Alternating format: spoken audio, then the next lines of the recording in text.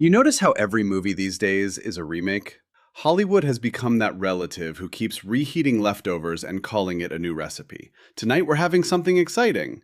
No, we're having Tuesday's lasagna in a different bowl. Creativity didn't die, it just moved out and stopped leaving a forwarding address. Every studio executive seems terrified of original ideas. You walk into a pitch meeting today, I've got a completely original science fiction concept. No, you haven't heard it yet. Exactly. That's the problem. And the funny thing is, once you start looking for it, you realize remakes have been happening forever. Take Alien. Everybody talks about Ridley Scott like he descended from Mount Olympus carrying cinematic perfection. And don't get me wrong, Alien is fantastic.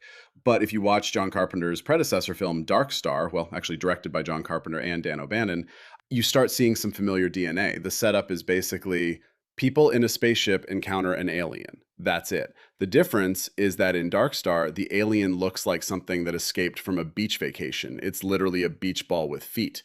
Not a monster, not a nightmare, a sporting goods accessory. The crew isn't terrified, they're one step away from organizing a volleyball tournament. And the budget was so low, the spacesuits looked like the wardrobe department raided a kitchen. You watch it and think, are those muffin pans? The future apparently runs on bakeware. NASA spent billions getting to the moon. These guys spent $14 at a yard sale. Then along comes Ridley Scott. He looks at the same basic concept and says, what if the beach ball was horrifying? And that's where all the money went. Not the story, the alien, every cent. The creature design is so terrifying you stop asking questions, which is good because the moment you start asking questions, things get shaky. Think about the plot. A crew is flying through space. They receive a distress signal, and instead of saying, that's unfortunate, somebody should look into that, they immediately divert. Have you ever noticed how often disaster begins with, let's investigate? Nobody in horror movies has the instincts of a man avoiding extra work. If that crew had ordinary employees on board, Captain, we're receiving a mysterious transmission. Delete it. It could be important. Not to us. Movie over. 90 seconds. But no, they land, they investigate, they discover weird alien stuff. And every decision after that gets worse. It's like watching a relay race where everyone drops the baton. One person touches the creepy thing, another person brings the creepy thing aboard, another person ignores obvious warning signs. At some point, the audience isn't watching a monster movie anymore. They're watching a management failure.